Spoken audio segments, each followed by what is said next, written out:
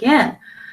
So today is our last of 4 sessions. On Monday, we talked about leveraging data and modeling to incorporate climate considerations into long-term planning.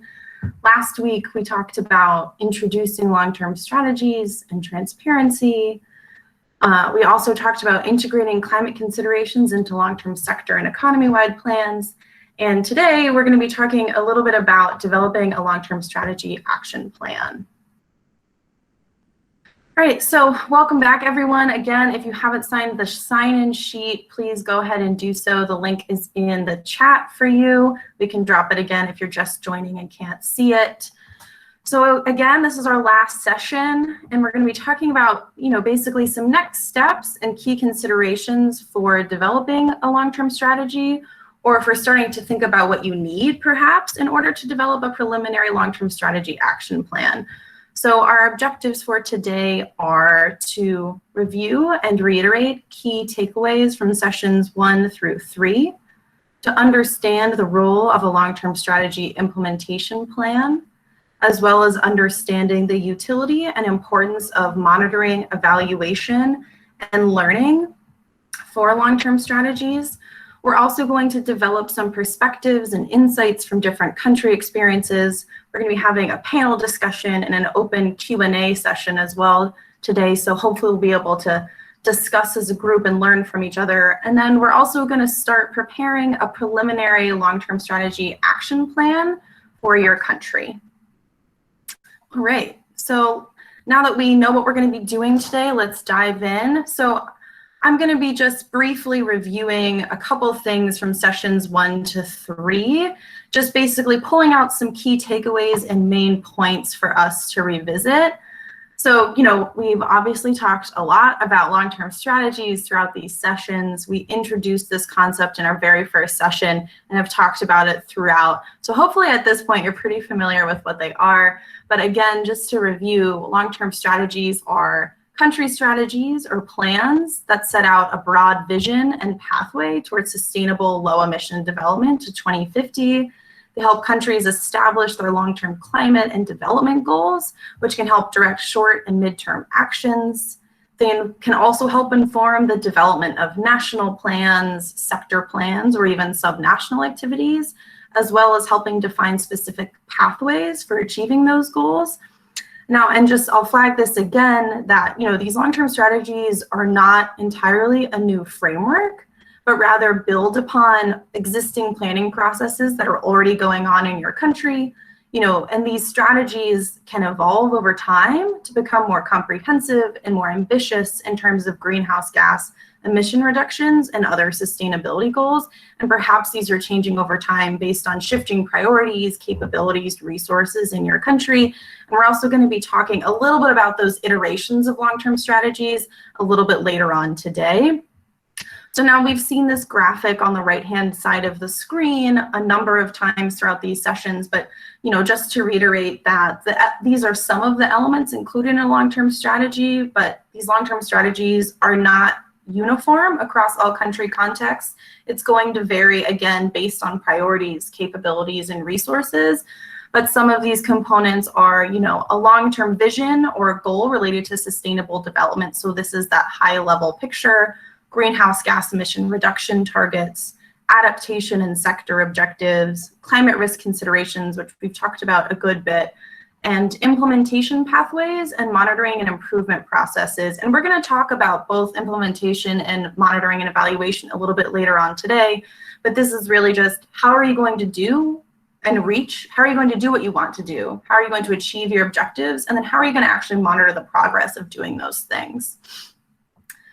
So related, we've also talked a lot about transparency. Again, we introduced this in session 1, and most basically, transparency is documenting your process, right? So it's documenting, communicating, reporting what data you used, how you acquired that data, how you used the data, and the methods you used to develop your plan. And by doing so, you make it very clear to readers of your long-term strategy, fellow planners, or other stakeholders, how you did what you did and what those results were. And we've seen sort of this application of transparency throughout these various elements of long-term strategies we've discussed, and how it really can simplify reporting and increase comparability between countries. All right, Katie, thank you. So in session 2, we talked a lot about climate risk, and there's a lot we could get into here, but I'll try and keep it relatively brief. So climate risk, is the potential for loss, damage, or destruction resulting from exposure of a vulnerability to a climate-related threat. Generally, we see these climate risks expressed as consequences, such as financial losses or damages. I think we've all probably seen this borne out, seen some of these consequences in real life, some of these things that have been wrought already from climate change. This slide highlighted several real-world examples of those impacts or consequences resulting from hazards, and helps emphasize why these considerations of climate risk are so crucial and important to consider for environmental, economic, development, public health. The list goes on and on, all of those different reasons. And in session 2, related to that, the importance of these considerations, we talked about how you actually identify threats, vulnerabilities, and impacts in your country or key sectors, and how to think through some of those priority threats. And, this helped us think about, we've thought through what our key, impacts, vulnerabilities, et cetera are, and how do we then conduct risk assessments? How do we analyze those identified threats and vulnerabilities to identify priority points of intervention or action items? And we've also found and discussed in detail that sometimes these adverse impacts of unaddressed climate risks after the fact are much more costly than addressing them before their occurrence. So taking these preemptive steps to integrate these into planning processes and into our sectors can help garner resilient sectors, which can help not only save costs, but protect your economy, protect the environment, protect people and communities. And relatedly, we started getting into this notion of resilience and planning for resilience.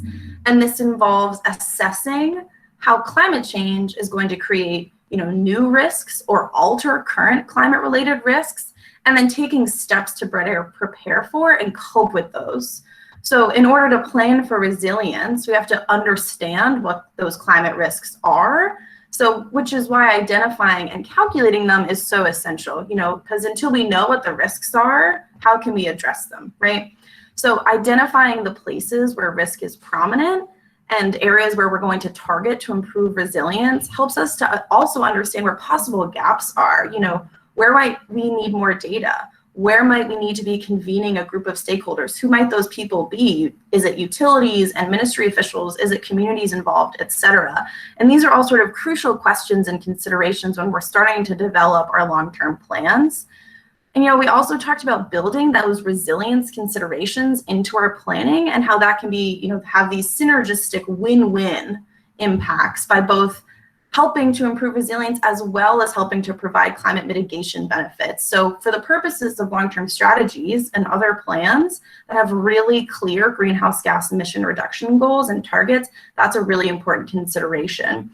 So there's a lot more we could dig into from our session on climate risk, but let's in brief sort of transition into how we integrate these into our long-term planning. Thanks for flipping the slide, Katie. So in session 3, we really talked about a framework or a process for data-driven decision-making and chatted about why data and analysis are essential for informed decision-making. So we saw this data analysis decisions nexus, which just shows us how, or reiterates rather, that reliable, robust, and validated data are critical for informed policy planning, investment. We know that data can come from a variety of sources, and it can vary based on context, having varying quality and comprehensiveness and completeness, et cetera. And data analysis really provide an evidence-based approach. All right, next slide, Katie.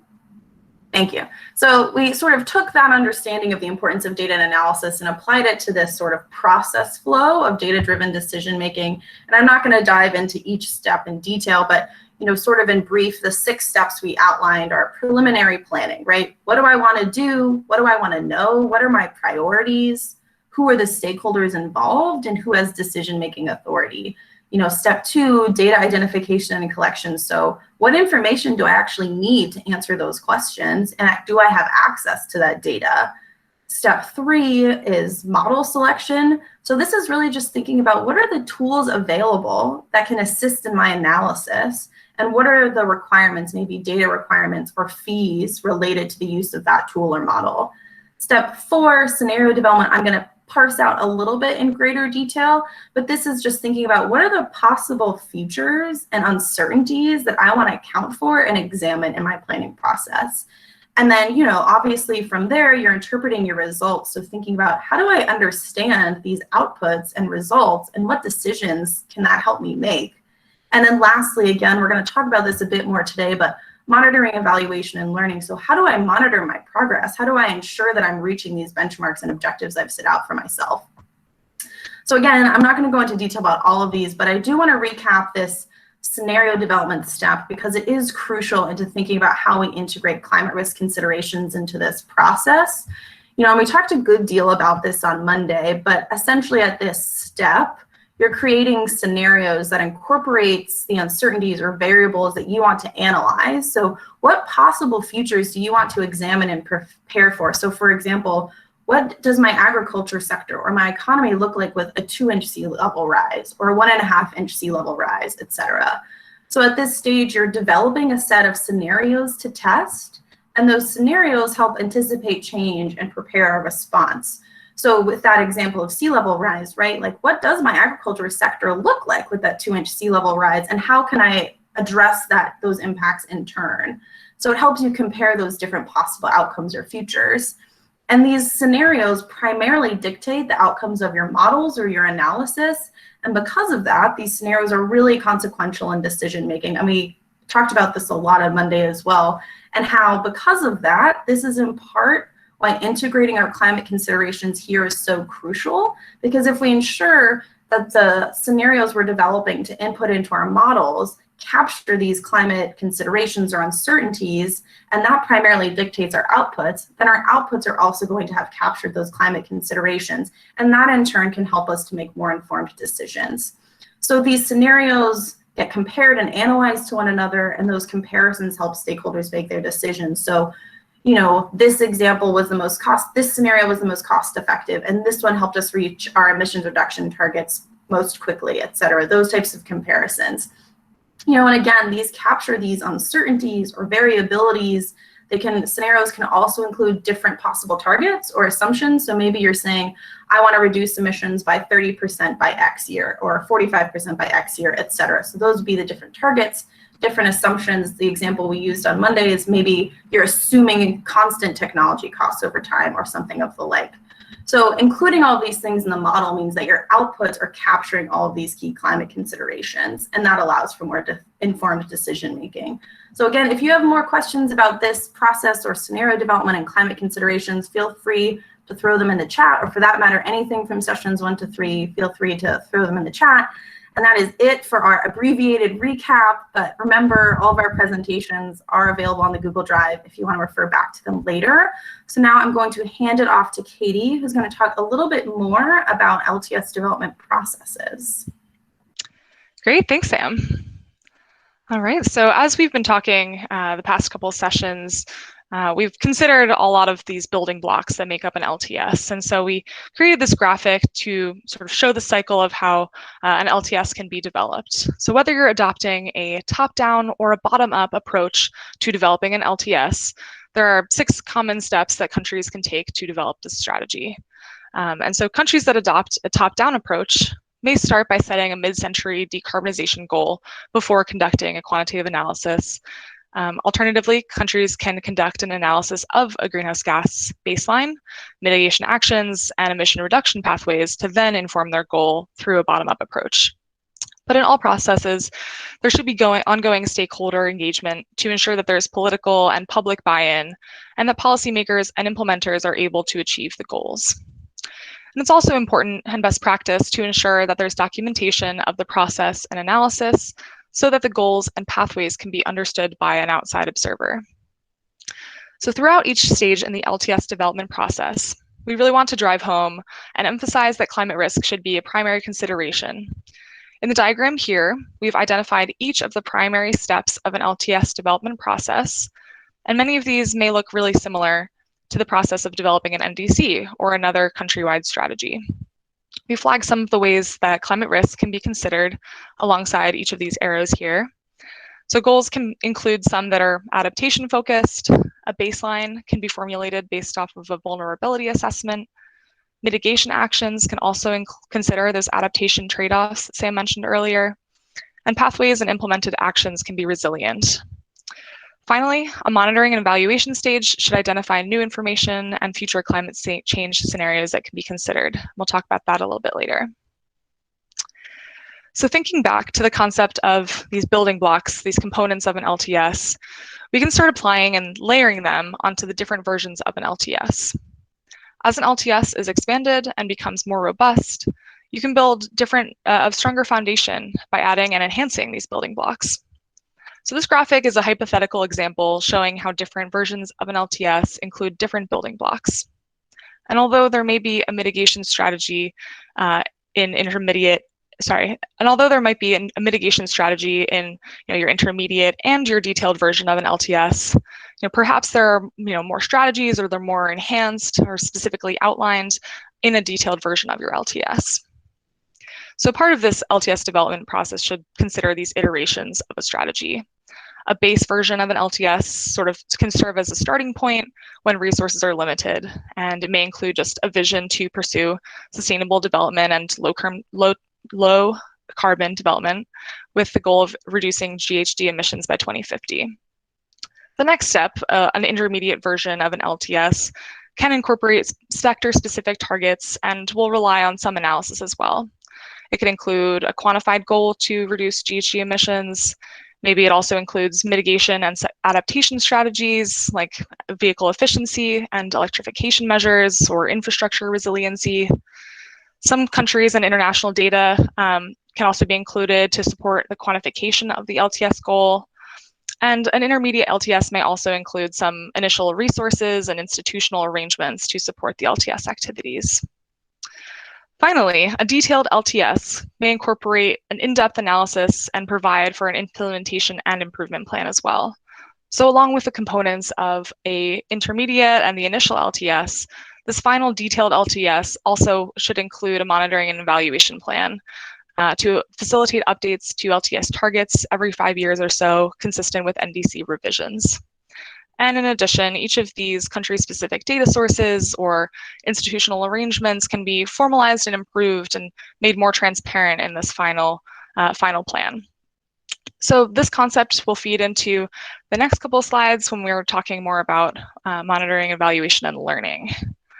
But finally, we wanted to mention LTS and challenges. So as we've seen in the past couple of sessions, we've had a lot of great feedback on some of the challenges with developing an LTS. And we wanted to mention here that we've been documenting those and are hoping to continue to address some of those during our panel discussion later. Challenges that we've heard from you on data needs, resources, and we're hoping that through this panel discussion, our exercise as well, and potential future work can help address some of these common challenges and create these really strong long-term strategies. So next, I'll pass it off to Jen to talk a little bit about LTS implementation and monitoring. Hi, everybody. Good morning. So now that we have these wonderful LTS plans and we've developed them with great data and a great understanding of what our future targets are, what do we do? How do we implement them? I think what we all want to avoid, and speaking kind of from a donor perspective, what we always want to avoid is having yet another plan or yet another strategy that's going to sit on a shelf. And so how do we do that? What do we want to think about as we are thinking about implementation of our LTS?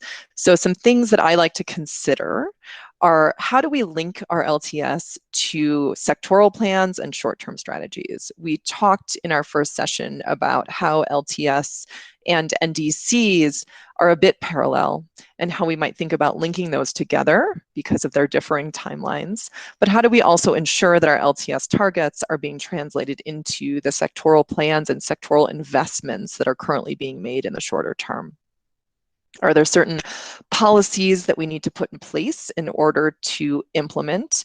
That could be anything from setting targets that are specific to a sector, developing certain laws, policies, incentives, regulations that we put in place to help us implement on these certain sector-specific actions or activities.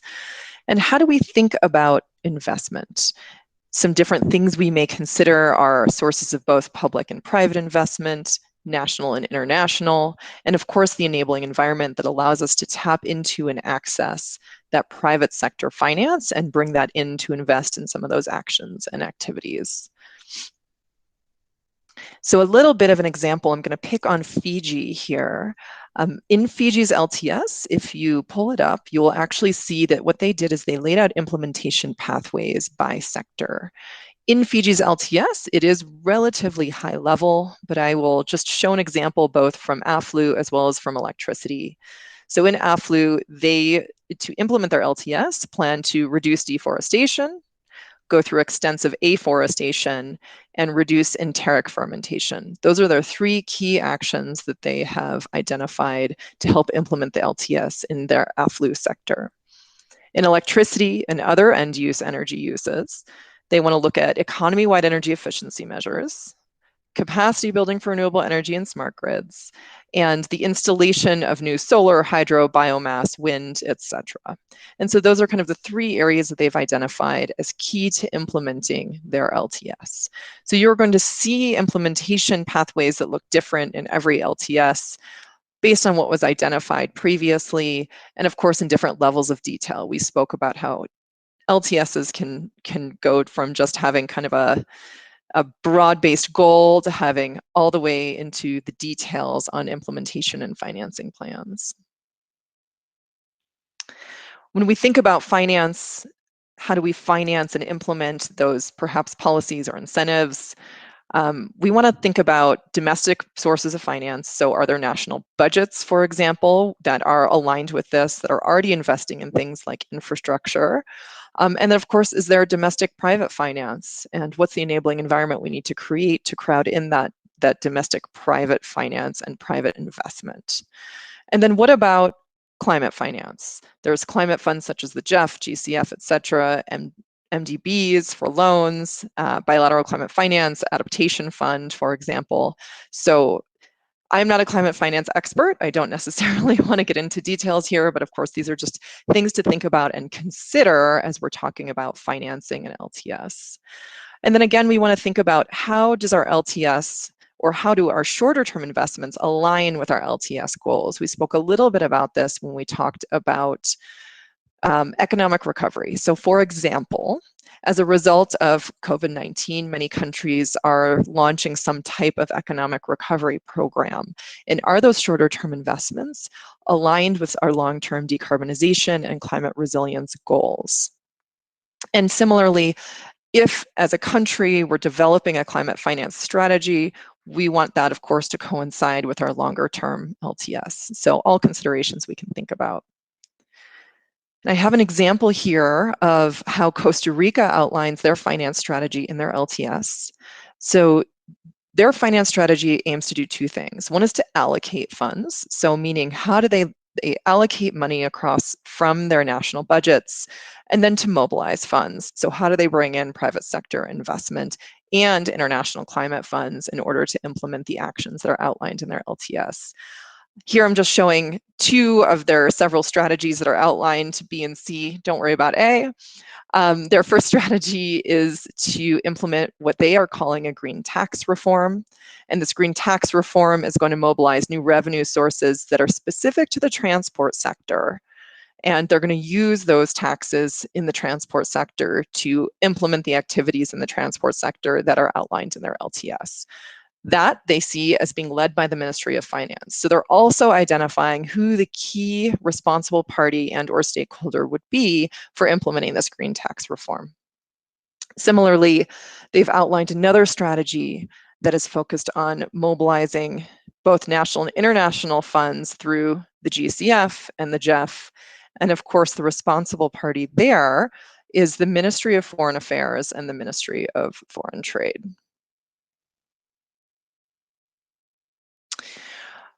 I want to talk a little bit about MEL, or monitoring, evaluation, and learning. So I know this terminology is perhaps a little bit different than when we typically talk about monitoring and evaluation, or M&E, or MRV. There's many different ways to talk about this. We've included the learning here because we've been talking about how LTS is an iterative process, and we want to continually improve this because it is such a long-term strategy. So first and foremost, monitoring, evaluation, and learning can help support better planning and decision making. It can support learning and exchange. And along the lines of what we've been talking about is that it helps us to gather information for reporting. And this is important because we've been talking a lot about transparency and how transparency in collecting and reporting data is really critical for improving our own country capacity to iterate on and redo our LTS, or even other strategies and other plans.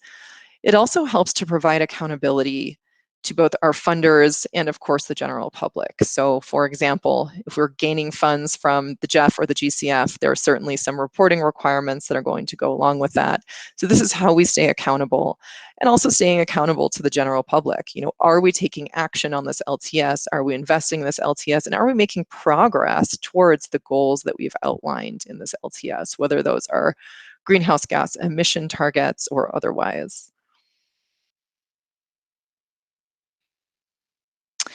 All right. So when you're thinking about monitoring, evaluation, and learning, or M&E or MRV, whatever it is that you're thinking about, we want to talk about what are some of the things that we may want to consider putting into this framework for M&E. So first and foremost, there has to be a process. I know this is all very process heavy, but there needs to be a process and some type of governance and institutional arrangements in place, or else how are we going to collect the data? Where are we going to put it? What are we going to do with it? So we think about process. I know many of you in this training have already thought about an M&E process, or at least some processes for data collection, especially around greenhouse gas inventories. So here we're talking about a little bit more of an expansive effort that's also tracking not only GHG emissions, but potentially other metrics as well.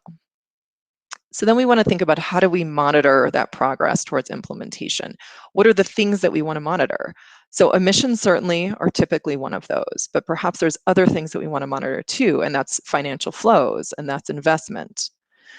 That's also implementation of certain policies. So for example, if we have a policy in the transport sector, how are we monitoring perhaps the number of electric vehicles that are being deployed? So we have to think through, what are the things that we want to look at that are going to show progress, that are going to help our transparency and accountability. And then we develop metrics for those.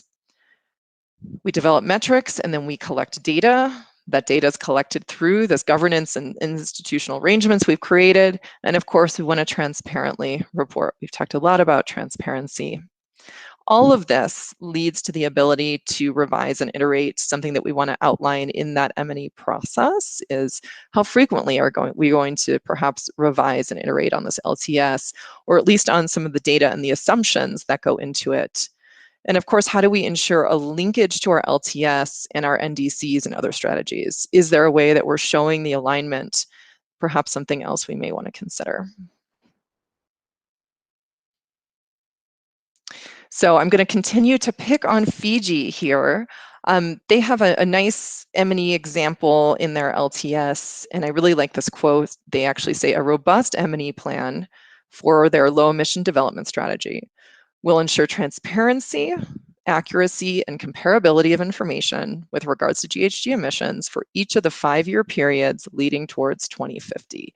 So I think they've hit on all the keywords that we've been talking about, right? Transparency, accuracy, and comparability.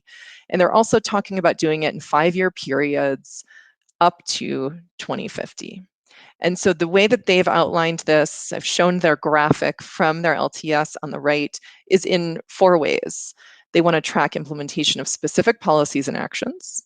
They want to track GHG emissions reductions achieved against the baseline. And they want to track the impact of policies and actions on co-benefits. We haven't really talked too much about co-benefits, but I think many of us are pretty familiar with several of the co-benefits from our mitigation actions. And then they also want to track means of implementation and support. And to me, this translates to tracking essentially finance and financial flows, as well as any international support that they might be receiving in a technical assistance and capacity building form.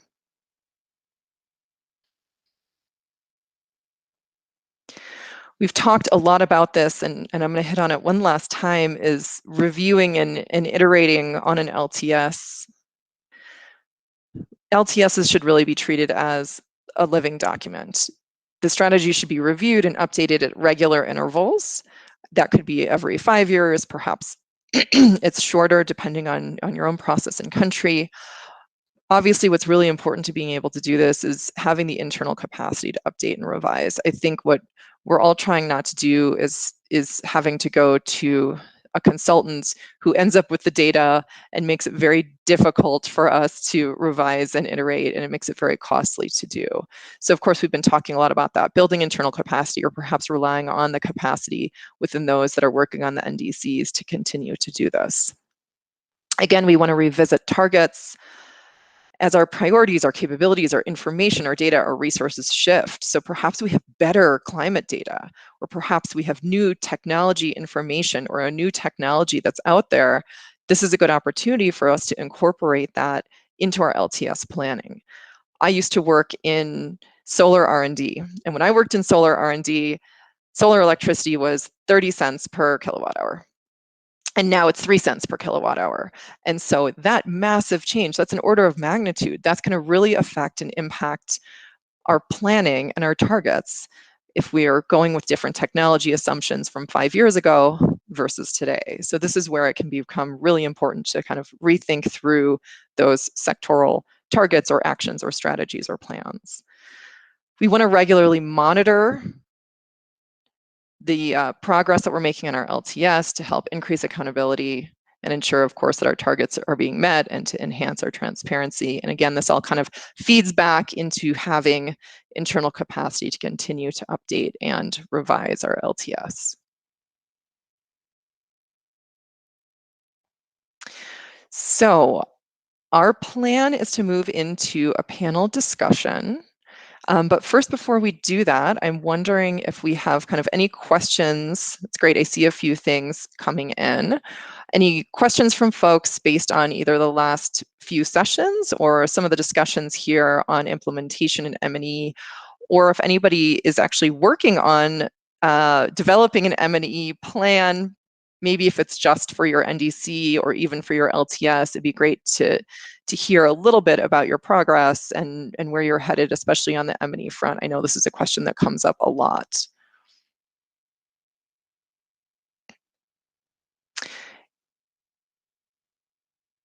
Is anyone working on an M&E strategy?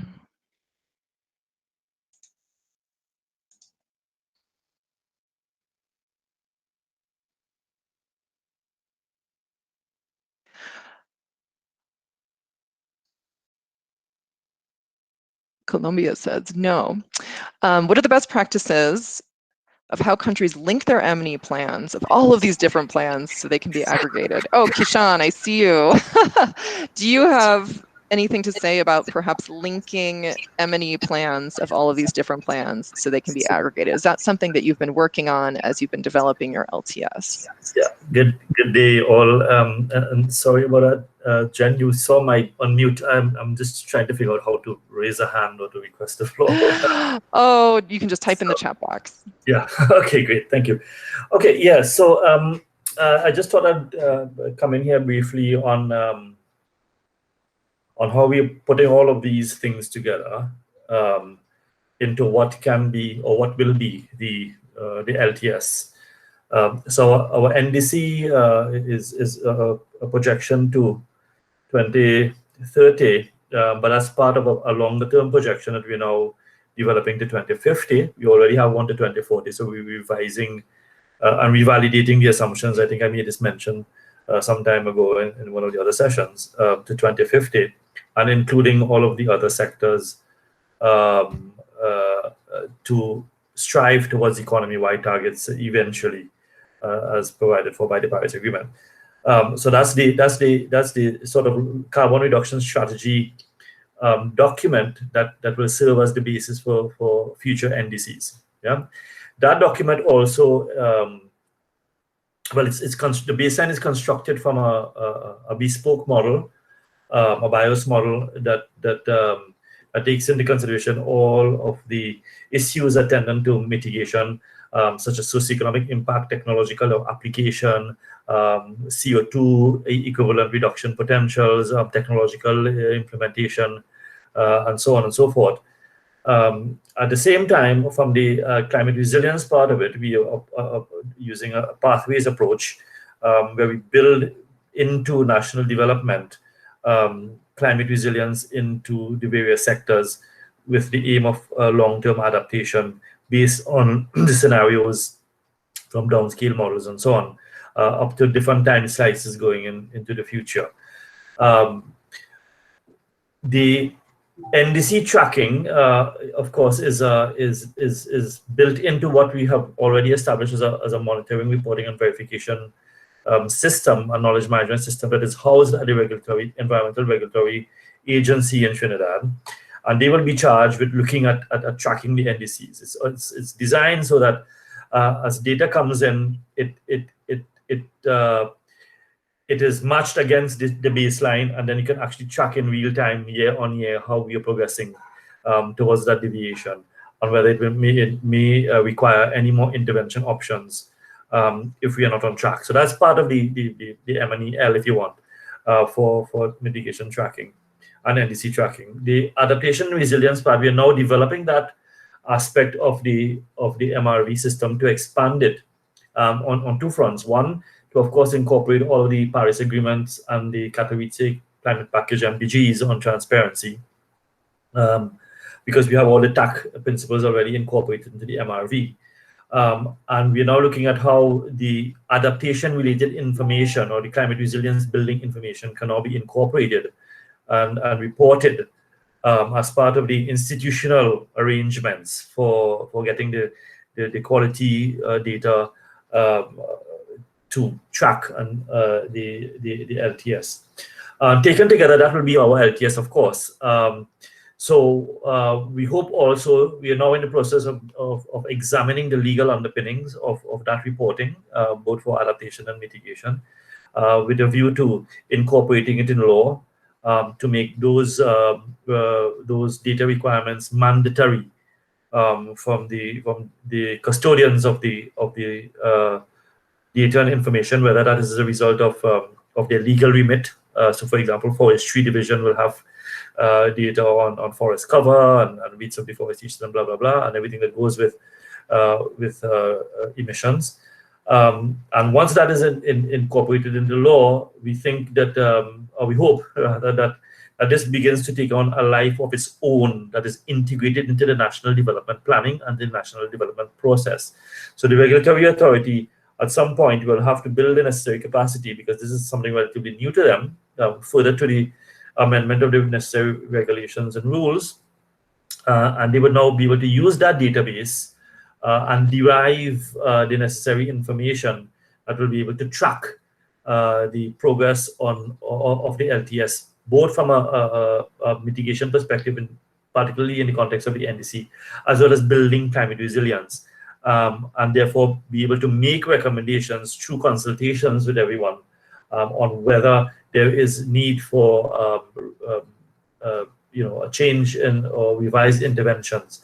That, of course, is set against the understanding that that the vulnerability profiles and climate risk assessments will be done frequently, every 5 to 10 years, to make sure that the assumptions hold, the climate impacts hold, and a lot of the forward trend, the forward forecasting is actually done using backcasting, which is looking at historical trends to climate risks and climate variability and so on, and then matching them up with the downscale models. So observational data, historical observational data is also being used heavily in developing these business as usual baselines going forward. So that basically is our broad LTS from the resilience point of view and the mitigation point of view, or adaptation mitigation, if you want, as well as the M and EL. I like that part of it, the L, because that's critically important. It's not just passive reporting; it's active intervention that is required based on what you monitor and what you evaluate. That will be part of the broader MRV ETF system.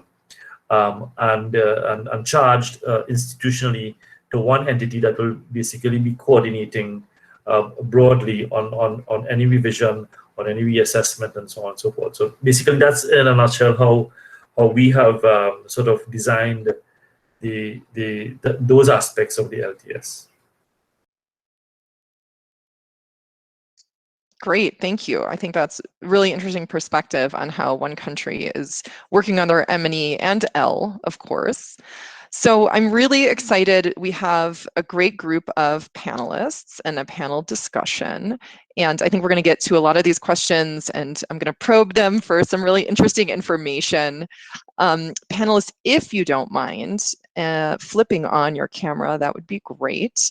And what we're going to have everyone do, hello, is first I'm going to go down the line and have everyone just give a quick intro and tell us about, very quickly, your experience in LTS, or how your experience and what you do can be applied to LTS, which is what we're here to talk about today. And then we're going to take some great questions that have been coming in over the past 3 sessions and today as well. So perhaps we can start with Marian. Hi, everyone. Thanks for having me. I'm excited to be here. I'm Marian Van Pelt. I've been doing greenhouse gas emissions management, reporting, and mitigation for the last 20 years. I've also been involved in a lot of discussions and development of guidelines and guidance for reporting under the UNFCCC. And right now I serve as a lead reviewer for several elements of the UNFCCC reporting process. I've been training over the last 5 to 10 years countries in their reporting obligations and how to set up their national systems to be able to effectively conduct their MRV obligations within the resources that they have available. And so my engagement in this training series so far has been to talk about transparency, and I look forward to talking more about it. About any questions you might have where I can assist as you've been developing your LTS or thinking through what your challenges are on those fronts. Awesome, thanks, Marian. Rob, do you mind going next? Sure. Thanks, Jen. Good morning. Good morning, all. So back again from session 2. Good to be back with you again. So Rob Kay here in LA, and so my experience here is because of my more than 30 years now work in climate change impacts and adaptation throughout the world. Many times I've been involved in helping countries think through their strategies for integrating adaptation and resilience into their work. I've been through various iterations of these, with the National Adaptation Plans for Action. Then through the NAP process, I was lucky to be the lead facilitator for NAP, a global support program in developing their training programs and rolling those out back in sort of 2013, 2014 period.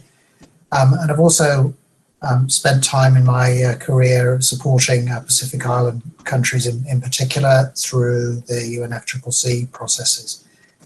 More recently, in the last few years, I've been trying to help clients sort of unravel the complexities of reporting on adaptation and resilience through the Paris Agreement, and I'm looking forward to talking to you about that.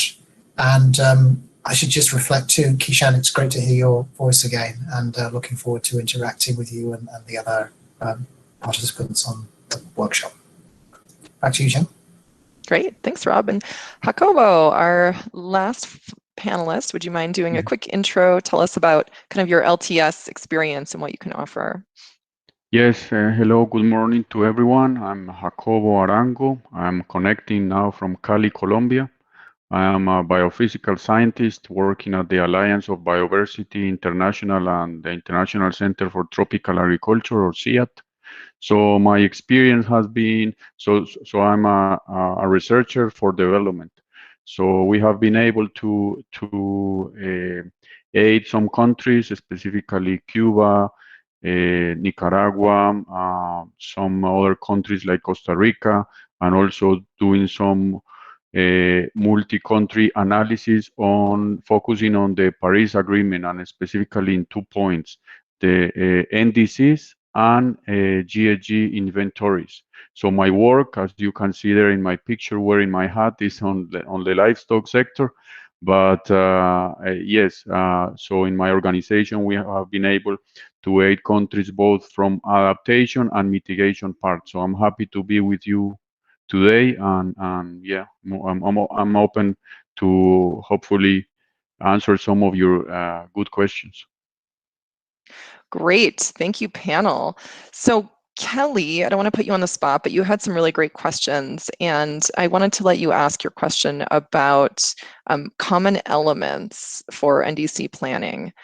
So I don't know if you're up for that and you want to pop your microphone on, but I think that would be a great way to get us started. Sure. Thanks, everyone. So I just had questions about, obviously there's the broader national level planning process, but then obviously this has to be grounded in the sectoral processes. And I was wondering if there are common elements that different sectors should use across their planning processes. For example, similar scenarios, or I don't know, but are different factors that would lead to greater alignment at the end, and obviously driving their contributions to the broader plan. And what is the minimum set of factors that should be kind of common across these sectors to ensure that they're moving in the right direction, perhaps that assumptions are similar, or maybe that the assumptions should be different, to mitigate risk. I guess that's my question. Thank you. I see everybody nodding. I don't know, Marion, if you want to take a first crack at that, then we can move on down the line. Sure, I'll take a first crack at that. So this is a not uncommon challenge, as I'm sure all of the rest of the panelists and participants would agree. The challenge of doing such a wide planning process with so many different stakeholders and actors is quite common. So I don't have the answer, but I'm going to give you a couple of ideas and thoughts, and then I look forward to how the other panelists would respond to this question.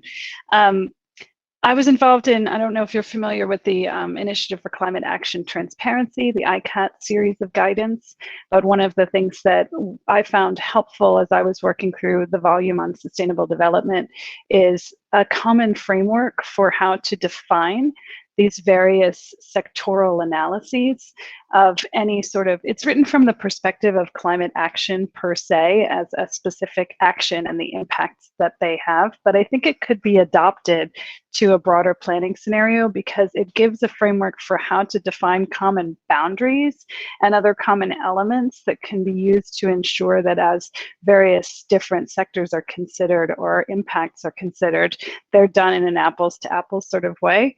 So I don't think it's precisely the right answer, but I do think there are a lot of insights in there that could be leveraged and used to help in the type of self-coordination that you're talking about. Secondly, since I'm here as a transparency speaker, I think that there is room for there to be differences in methodologies or boundaries or data sources, depending on the resources and data availability that you have as you're tackling these challenges. So I would stress that being transparent about it, and by that I mean being very clear in whatever reporting that you're doing, what those assumptions, boundaries, data sources are, methodologies, tools, etc., to the extent that you can start to create some concentric circles around that to say, these are my assumptions. I know they differ from common assumptions in another sector, if you do know that, or what path you might be taking to try to align and harmonize, where there might be differences that you are aware of across different ministry actors, et cetera. And then finally, it's about the institutional arrangements and trying to identify those areas of overlap or where there are people who are working on the various strategies that should be aligned to make sure that there are processes in place and some governance ideas around how to identify when there are discrepancies that should be harmonized or aligned and work forward towards a process to align them. So those would be my 3 suggestions. One is the look to the ICAT to see if that's helpful for you. 2, go into transparency and use that as a tool to help identify those areas where maybe there are differences. And then 3rd, the governance and institutional arrangement. And I'll turn it to the next panelist. Yeah, well, just if I could just jump in, just really reinforcing that, and just really a point from me, reflecting on the Fiji example, Jen, that you provided earlier, is a good example of this. And I like to think of this idea of providing consistency between sectors in doing vulnerability and adaptation assessments as like building a scaffolding around around the edifice of the work that we're all doing, with a view of the scaffolding provides the framework, the boundaries within which there is ability for individual sectors to interpret and implement as appropriate to them. And so that provides, in particular in the LTS concept, provides the ability of being able to develop shared adaptation pathways that are consistent with emission reduction pathways, and to be able to show that in fact they are aligned, they are harmonized. And I think for me, that's the real opportunity of the LTS framework on the adaptation and resiliency side, to be able to provide that consistency, that sort of harmonization, while allowing for innovation, interpretation, and so on, as required, as appropriate in the individual sectors. Thanks. Thanks, Rob. Jacobo, if you have anything to add, you're welcome to. There's no requirement that everyone has to answer everything. Okay. No, I can maybe add some ideas of the or the excellent responses from my colleagues. So I of course, I come from the AFOLU sector, so I have a very sectorial approach. But I think anyway, I think it is possible to have a common scheme on when you are talking about the country approach for mitigation, because I think there are common things that of course you need to do, like for example, identify the major sector, the major emitters that you need to have some classification, so you can do some scoping on that. You can also go and see what are the major sources of emissions within each sector. And then you can do some prioritization. You can have a common scheme, but then of course probably you don't want to go and tackle every single source of emissions that you have in every sector, but you can do some prioritization. And I think there are some common things, like for example, developing a baseline of your emissions. I think that's something that you can do commonly among sectors, and then some mitigation scenarios. And once I think you have done, you can also work towards reducing uncertainties, for example, when you are doing these calculations in your GHG inventories. So I think even though there are different sectors and different sources of emissions, I think it's possible to have a common scheme. And also I think the next step, in my view, would be to do a prioritization, because of course we all know it's impossible to have zero emissions, but depending on the country, depending on the status of development, I think maybe one would need to have some, let's say, the luxury to have some emissions from some sectors. And this is part of the work we are doing now in the next IPCC report on long-term mitigations. So I'm a lead author of this. So these are very difficult discussions, but I think this is where everything goes to at the end. Great, thank you. I think those are all really insightful, and I've been trying to capture these comments so that we can share these with the participants a little bit later. I'm going to shift a little bit because we've been talking a lot about climate risk, and perhaps this question is for you, Rob. Is there kind of a best practice in place in climate risk planning that people should be aware of or thinking of as they consider their LTS? And maybe that's just a methodology or perhaps a resource or something that you view or the community views as a best practice in climate risk planning. Wow.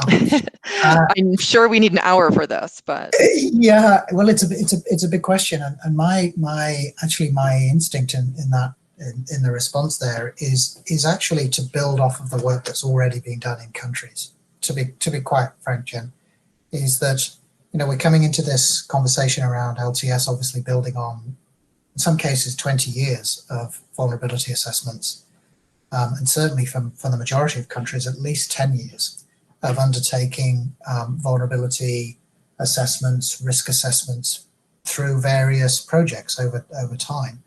And my response to that in a country by country context would be to review what's being done already, talk to experts in country, speak to your regional partners, either in academic institutions or with your regional development partners, and have a conversation around what works best, whether to go down a particular methodological route that really builds off of the work that's already been doing in country, and the capacity that's available. What university courses are being taught, thinking about the sustainability of the approach as well over time. So it's embarking down a particular path of using an approach, thinking about the fact that that's going to lead into implementation and monitoring and evaluation and then continued reporting. That's a very sort of deliberative approach, rather than just saying, okay, well, look, let's use a risk-based approach because the next door country is doing it, or someone's suggested that's a great idea. Is actually really think very deliberatively about that. And like I said, there's lots of great guidance out there about the different approaches.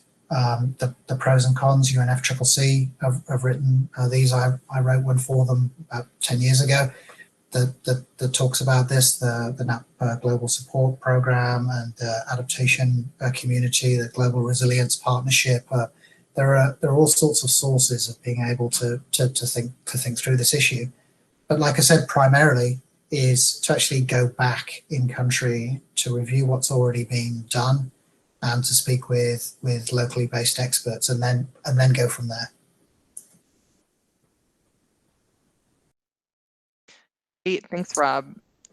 Anyone is welcome to add to that, even though it was very adaptation specific. I have a couple other questions, and perhaps this, Jacobo, would be good to hear from you. We had a question really about thinking about modeling. So when folks are getting into the weeds and trying to think about modeling, what are some of the key steps that they might consider when they're trying to determine, what analysis or what model that they want to use for long-term planning? And perhaps that's something you could speak to specific to the AFLU sector. Well, yes, I think one of the my first advice, of course, would be to try to partner with some model experts at the beginning. Of course, I mean that sounds trivial, but I think this is probably what is this event and the series of events about, to try to get people connected and to get some different levels of expertise. So I think it's important to get someone that is confident and has experience using a given model.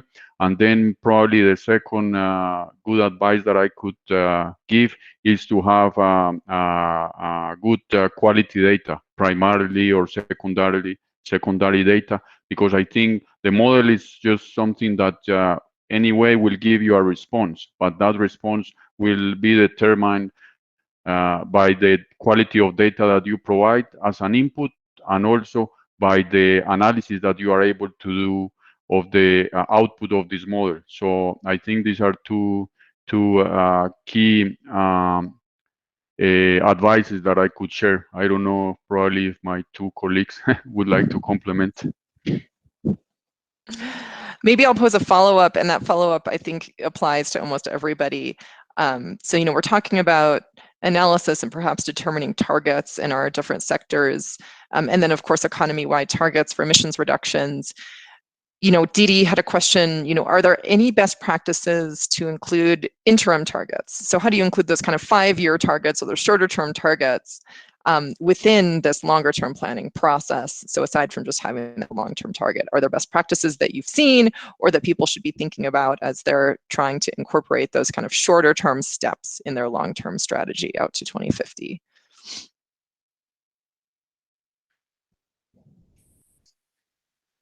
I guess I'll dive in. I think that in terms of best practices, I think that that's very much evolving.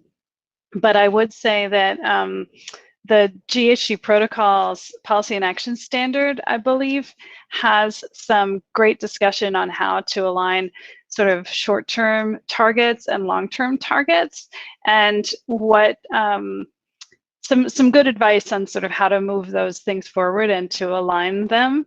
I think what's most important, in my personal opinion, is again being extremely transparent, but also looking to see how those long-term targets align with the midterm targets, and basically what mechanism you're going to be using to track and allow yourself to learn from the progress that you're making toward those interim targets to help you see what kind of increased ambition or change the uncertainty bounds or improve your accounting along the trajectory and path toward that ultimate target.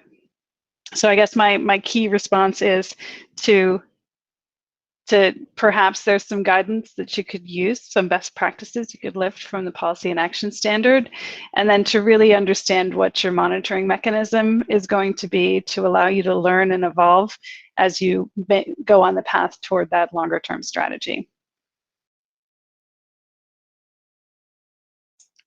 That's great. Thanks, Marian. I'm not sure if anybody wants to add to that, but I'm going to keep following up on this this thread a little bit. So we're talking about tracking progress, which of course means metrics and KPIs.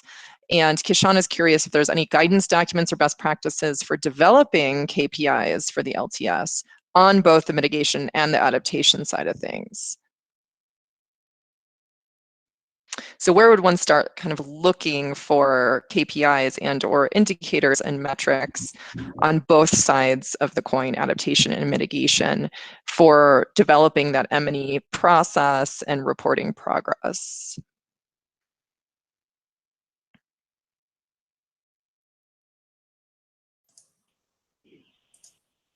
I think it'd be really interesting to hear from you, Rob, about what you've done on the adaptation side of it, because I know that that's extremely thorny. I'll say on the mitigation side of things, this comes back to something Jacobo said about prioritization. You can't track everything, you can't monitor everything, and there will be a huge amount of uncertainty around certain, the trajectory and even the target set by various sectors and the indicators you use to track them. And so I believe that a great approach, and again, we talk a little bit about this in that ICAT guidance I mentioned earlier, is to work with the stakeholders who will be providing you with data, the stakeholders who are driving some of the decision-making about the target setting, and various others, to really look closely at the areas of largest impact, those parameters that are going to drive the changes most significantly, the models and the resolution that you have among them, and various other types of factors to really focus in on those indicators that you have confidence that you'll be able to track, and that your ability to track them will be more precise. So prioritizing those that have the largest impact, those where you have the data and the methods to be able to track them most effectively, and those that are most relevant for your constituencies, including the variety of multiple co-benefits of the actions that you're taking, so that you are responsive to the various people and the various priorities of your development plan and your long-term strategy. Yeah, and just to dive in, I mean, Kishan, to answer your question very specifically, I'm not aware of any specific guidelines to support adaptation and resilience KPIs in the LTS process itself. However, I would like to research that and just absolutely double check that in fact there isn't one out there.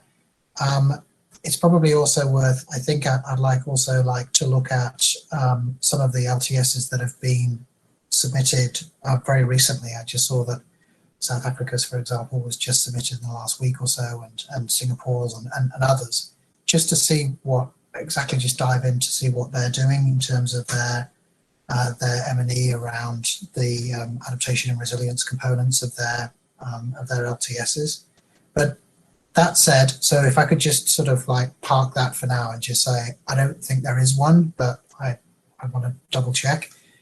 More broadly, back to what Marianne was saying, exactly, it's this idea of being able to monitor what you want to manage, right?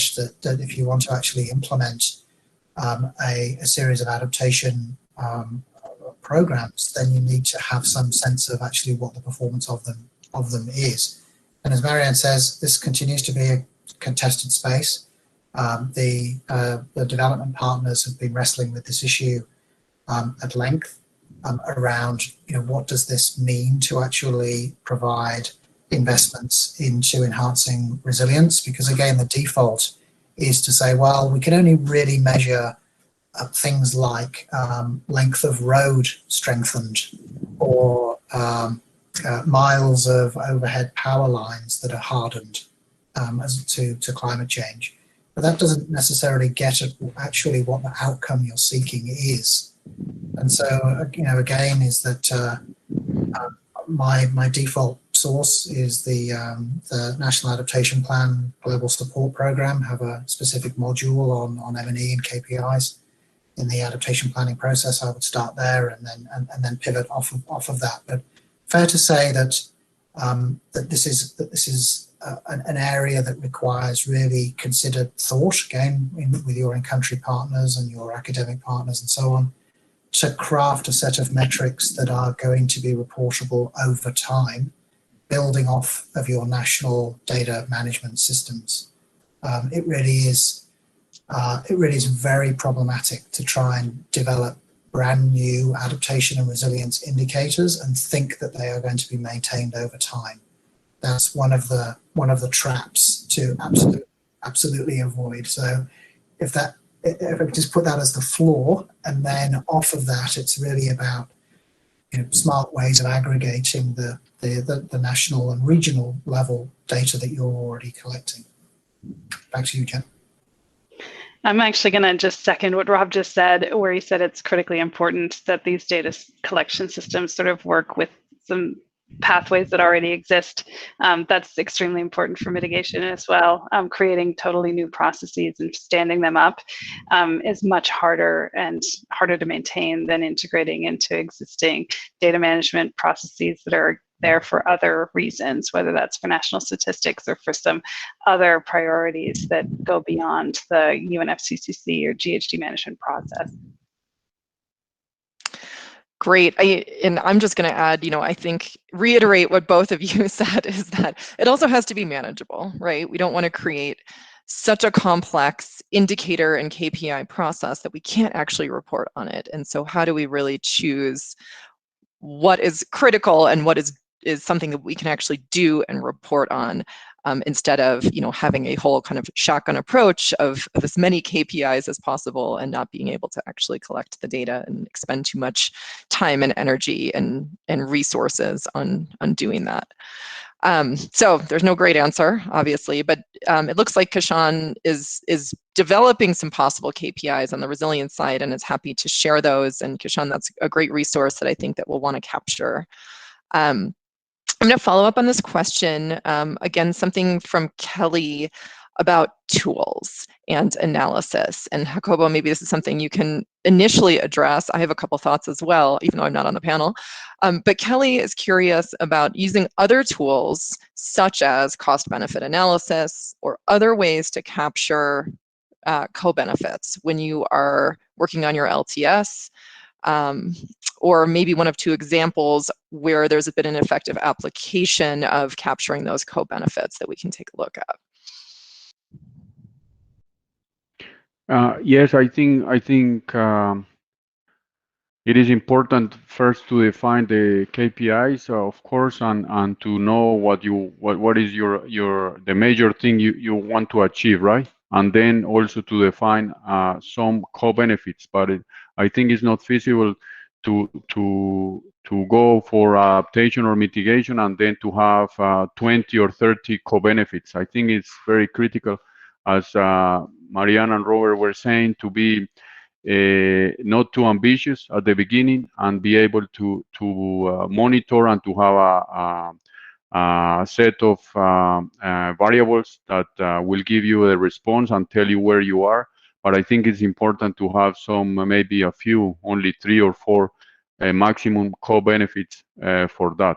And I think in the affordable sector, I think I can give you an example based on my experience that, for example, you are able to account for GHG mitigation while also you are helping, for example, biodiversity. For example, if you are able to establish in livestock system, silvopastoral system, you are able to integrate trees in the livestock sector, then you are also having the co-benefit of improving biodiversity in your system. Of course, this is going very deep into a very concrete example, but probably that will give you some ground of what would that mean in the real world. Yeah, I hope that's helpful.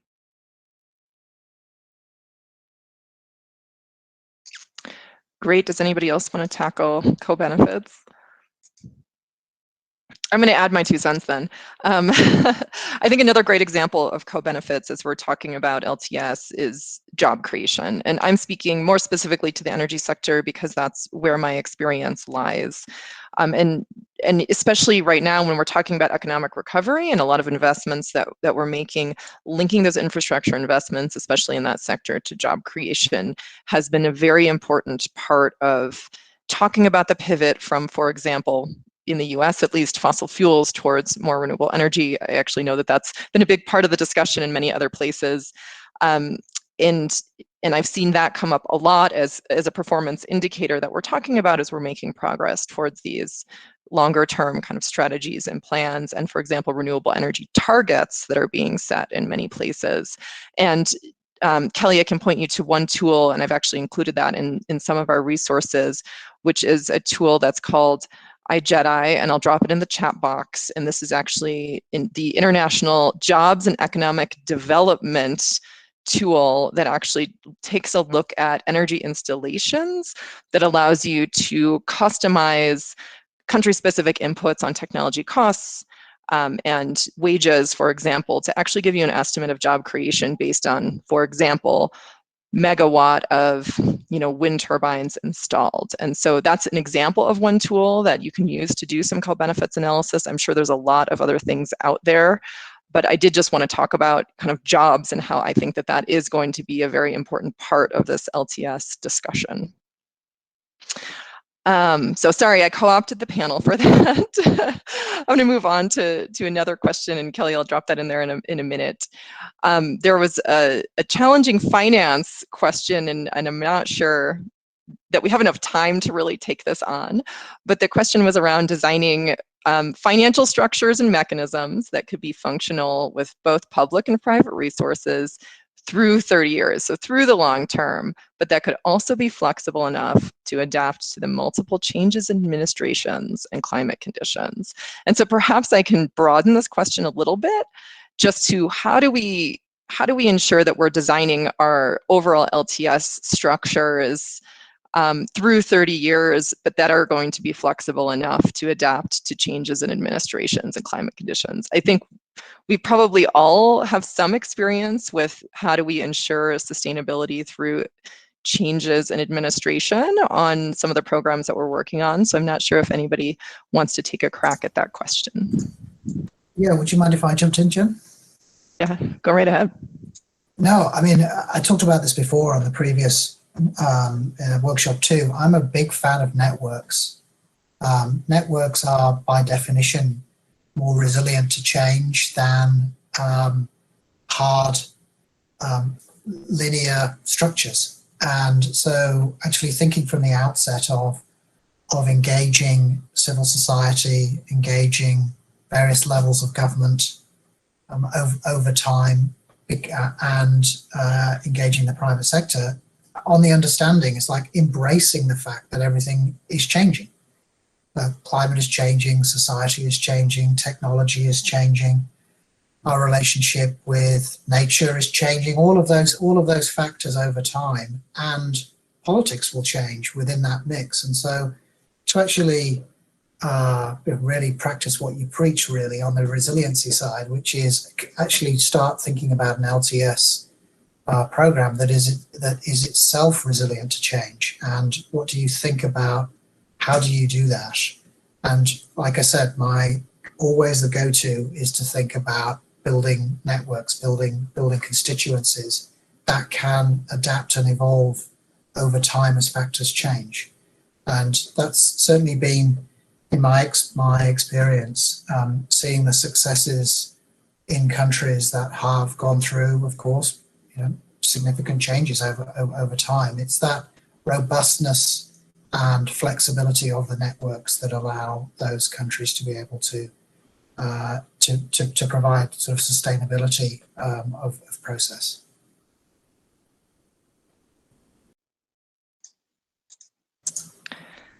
Does anybody else want to add to that? I feel like, Marian, you might have something to say about institutional arrangements. Well, I think institutionalizing things is critically important to adapt to change. I think with respect to the specific financing question, it's not really my area of expertise, but from what I've witnessed, the more that the multiple benefits can be identified to align with other development priorities or country priorities, determining, I mean, these issues are cross-cutting that can find entry points in almost any other policy regime or any other investment strategy within the boundaries of your country. And so sort of picking those areas where the value of what your strategy will add to those other streams will strengthen the opportunity for that long-term sustainability and the opportunity for additional finance to be leveraged to help achieve these goals. And I think what you were also prompting me for, Jen, was about institutional arrangements from a sustainable perspective of all of these processes. To me, there are just some very bread and butter issues that are being very clear about the transition of responsibilities from one team to the next, good archiving, good record keeping, really strong transparency, expectations from consultants that they provide as much detail as possible so that each time you're updating your information over the course of whatever could happen over 30 years, the information that you've already developed and the rationale behind it is not lost with that. So there are a host of things, and we can share some resources after this event that that we have found over the last 10 years of doing this sort of advisory to countries that really help keep the sustainability of the trajectory of these sorts of planning processes robust over time. Yeah, maybe Jen, one very short addition to what Mariana and Robert said. I think in the institutional arrangement, I think is very critical in the topic that we are talking today is to involve the international community and international enterprises or different organisms. I think since we are talking about climate change, I see that this arena is very open. I think many people is very open to collaborate, to engage, because of course this is a global problem. Of course we are working with individual countries, with individual sectors, but everything we do, I think, reflects for all of us. So I think in that respect, I would like to emphasize the importance to work with the international community of scientists or financing or developing organizations, because probably governments may change their priorities. But I think once you are aligned with big international institutions that also are able to keep record of what's happening from year to year or even in a time frame of decades, I think it's a good advice to have this type of arrangements involving the international community. Great, thank you. I think those are really good insights. So I want to be respectful of the panelists' time. We are going to just do one last question, and this question is from me. And that question is, if you could provide kind of one key piece of advice or insight that you want folks as they're starting their LTS journey to walk away with, what would that be? Who wants to start with that? Rob, your microphone is already on, so how about you start with that? How does that work, Jen? Mute quick enough. Yeah, look, it's a great question. And I've been thinking about this actually, over the last few days, and I think my key takeaway on the adaptation and resiliency side is to think really carefully about the strategy for why you are including adaptation and resiliency into the LTS, and how does that build on and complement the adaptation communication components under the Paris Agreement, and be really sort of laser clear about why that is being undertaken. Because clearly the LTS is designed to be primarily an emission reduction plan, pathways plan, but countries have already taken the opportunity of integrating adaptation and resilience into the document for various reasons.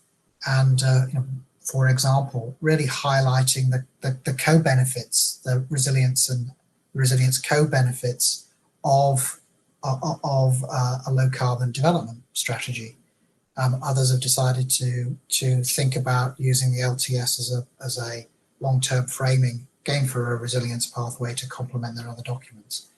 But like I said, that's really the number one, is think really clearly, really deliberatively about exactly why you are including adaptation resilience in the LTS, and then stick to that, and then see that part as a component of the broader reporting processes under Paris for adaptation and resilience.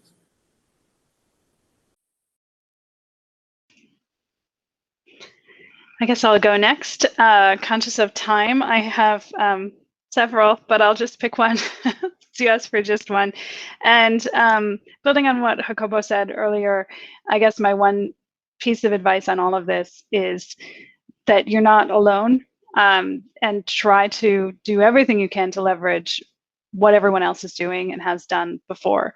The idea of long-term planning is not brand new. The idea of all of the processes under the UNFCCC are also not new. And there have been a host of reports already created that you can look at. There's a lot of related guidance that you could look to. There are many colleagues who are addressing the same questions. And there are also quite a few international and national donors that are working in this space and working hard to put out information that can help. And so as you address a new challenge in this space, do a little research to see what everyone else is doing to tackle it.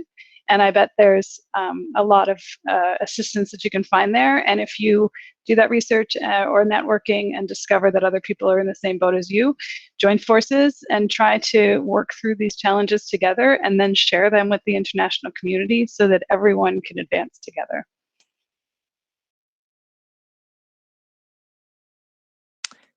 Thanks, Marian. Last but not least. Yes, no, I actually would like to endorse of the words said by Marian. I think I'm totally aligned with her, and I think at different levels of this process you can find allies within your country and more, and especially outside your country. I think we all are coming from developing countries that are at different stages in terms of working in terms of climate change and also adaptation and mitigation. So I think there is you will always be able to find someone that has gone that road before. So I think as she rightly said, you are not alone. I think please go and look for help. And I think there are many people that is willing to help, not only on how to do things, but also where to find resources and things like that. So I think, yeah, that would be my take-home message. Awesome. Thank you so much, panel. We're going to do a quick group photo, if that's okay, if you have 1 minute to stay on. I know this is funny, right? We usually do group photos in in-person trainings. We're going to try to do a group photo. If everybody can flip your camera on quickly, all the participants as well, if you are able to, no requirement. Flip your camera on, and Katie's going to take a quick group picture to show that we were all here.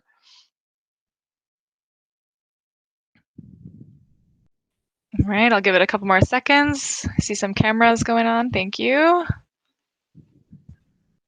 Anyone else?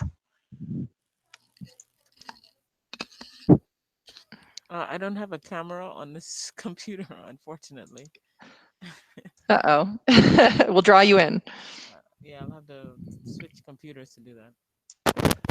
All right, and one more.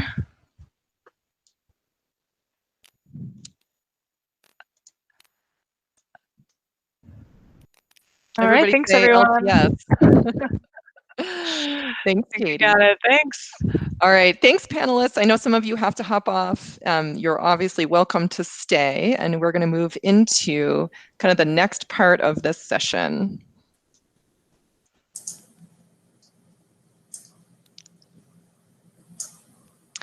So for the next part of the session, something that we want to do is to continue in our breakout groups along the lines of plotting out a little bit of what we're thinking of as an LTS action plan.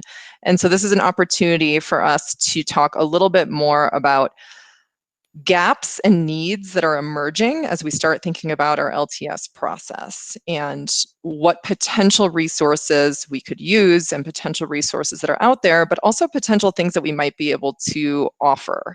And that's something we saw from Kishan. He said, we're actually developing some KPIs in the resilience space, and that's something that we would love to share with everybody. So I really view this as a great opportunity for us to identify some great peer learning opportunities, some gaps and needs for potential follow-up. So we are going to hop back into our groups and just go through for about 10 minutes our PowerPoint that we've been working on, which has an opportunity for us to outline those gaps with our facilitator. And we're going to paste those breakout groups in here again. Hopefully you remember where you're headed. We now have 3 breakout groups. Can somebody, I'll try to drop these in here so folks can see. Just added them, Jen. Thank you. Hard to do all these things at once.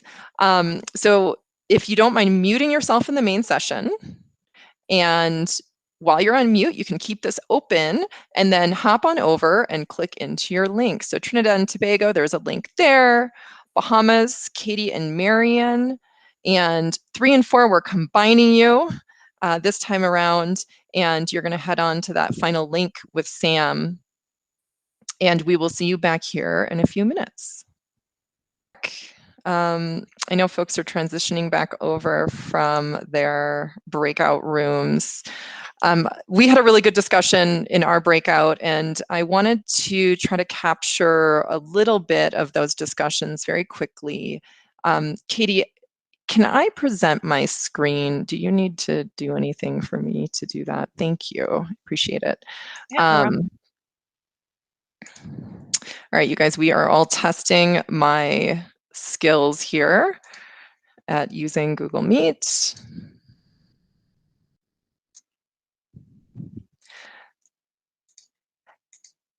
And I'm wondering if, can folks see my screen okay?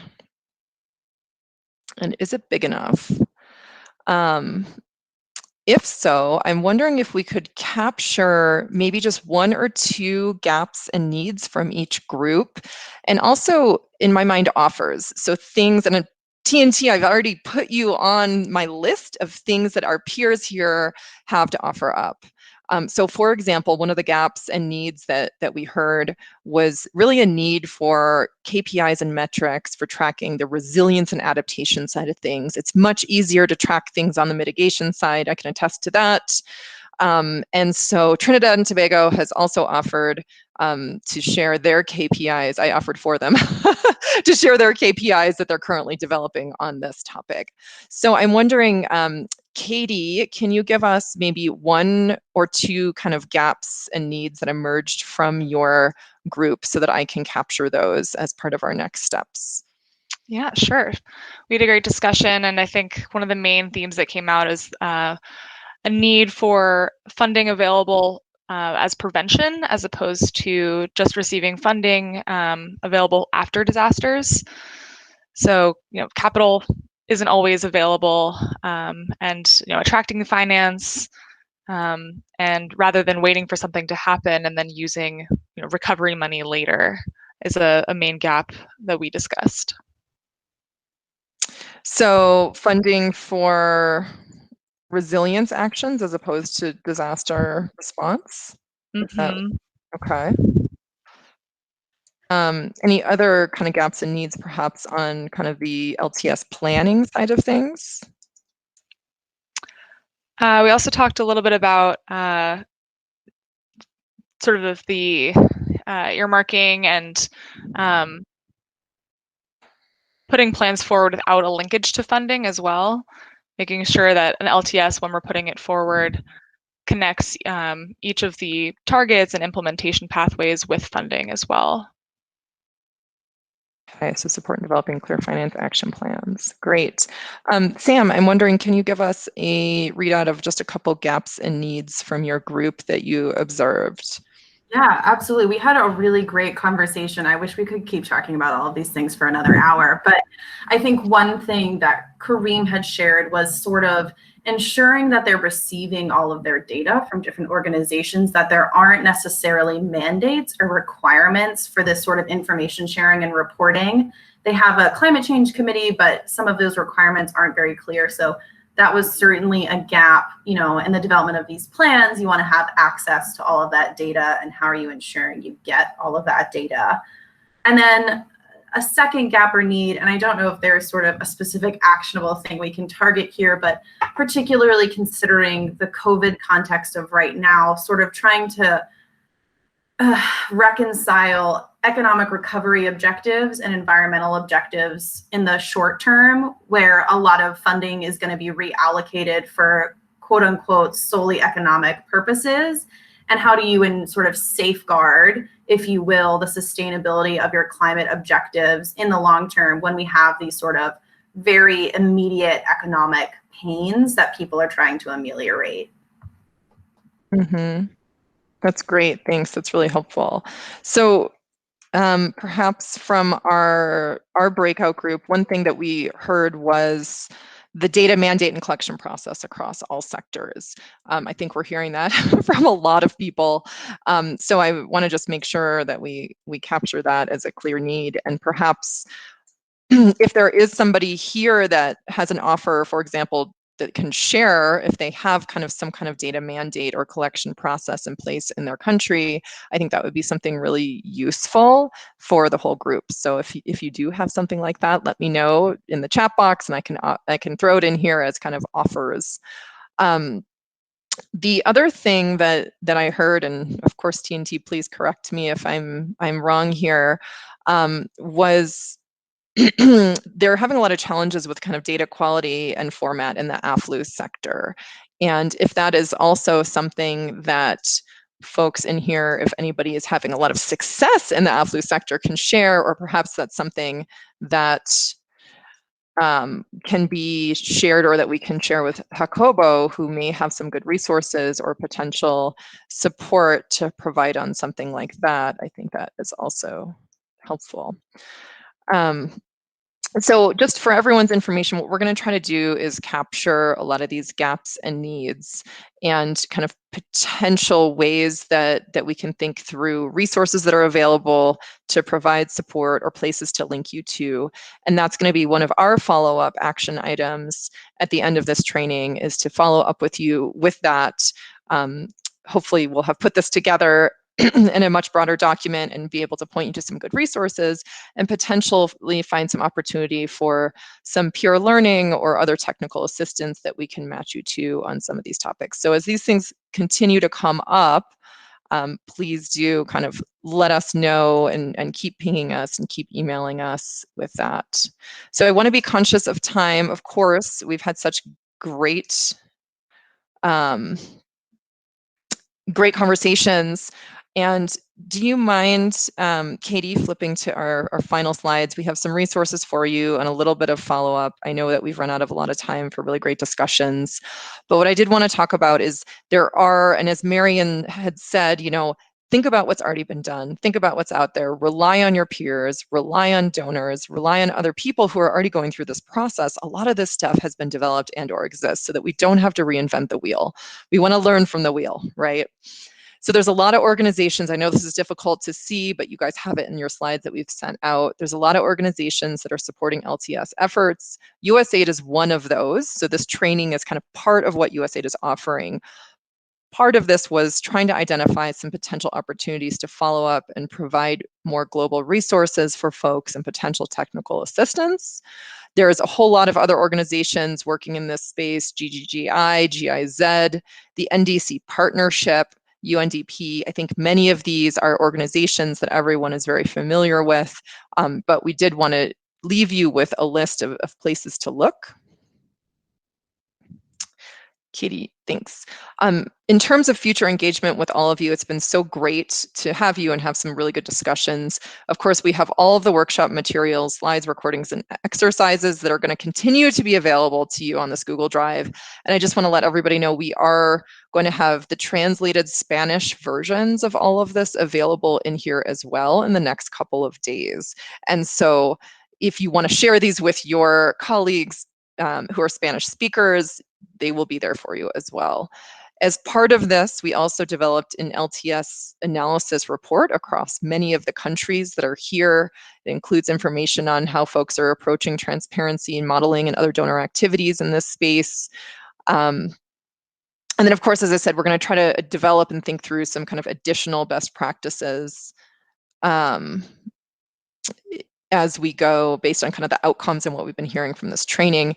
And you guys can all expect a post-workshop survey, which really helps us both identify opportunities to follow on, but also how to make these virtual trainings better. I think we're all trying to learn as we go with these virtual trainings. So lastly, of course, there's so many resources out there, as Marian said. I'm not going to read through these, but these resources I think are really useful. WRI has some good things on essentially LEDs, long-term low emission development strategies. GIZ, USAID, and of course, I'm not sure if folks here are involved in the Lts LAC forum, but the Lts LAC regional platform is a great space for peer learning, as well as resources and tools on LTS as you're starting to work through that. So I think many of you probably are involved, but if you are not, I would do a quick Google or click on this link, go to the Lts LAC platform and join. They have lots of tools, case studies, training opportunities on LTS and on some very sector-specific things as well. That's really focused on the Latin American Caribbean community. And with that, being conscious of time, I of course want to thank everybody for your participation. I know that these virtual trainings can be challenging. They're not as exciting as being in person, but of course we hope it was useful to all of you, and we hope to continue to engage with you and get to know you all as you're going through your LTS and climate risk planning process. So with that, we are going to stop the recording and we'll leave this channel open for a little bit. So thanks everybody for joining us, and thanks for your time.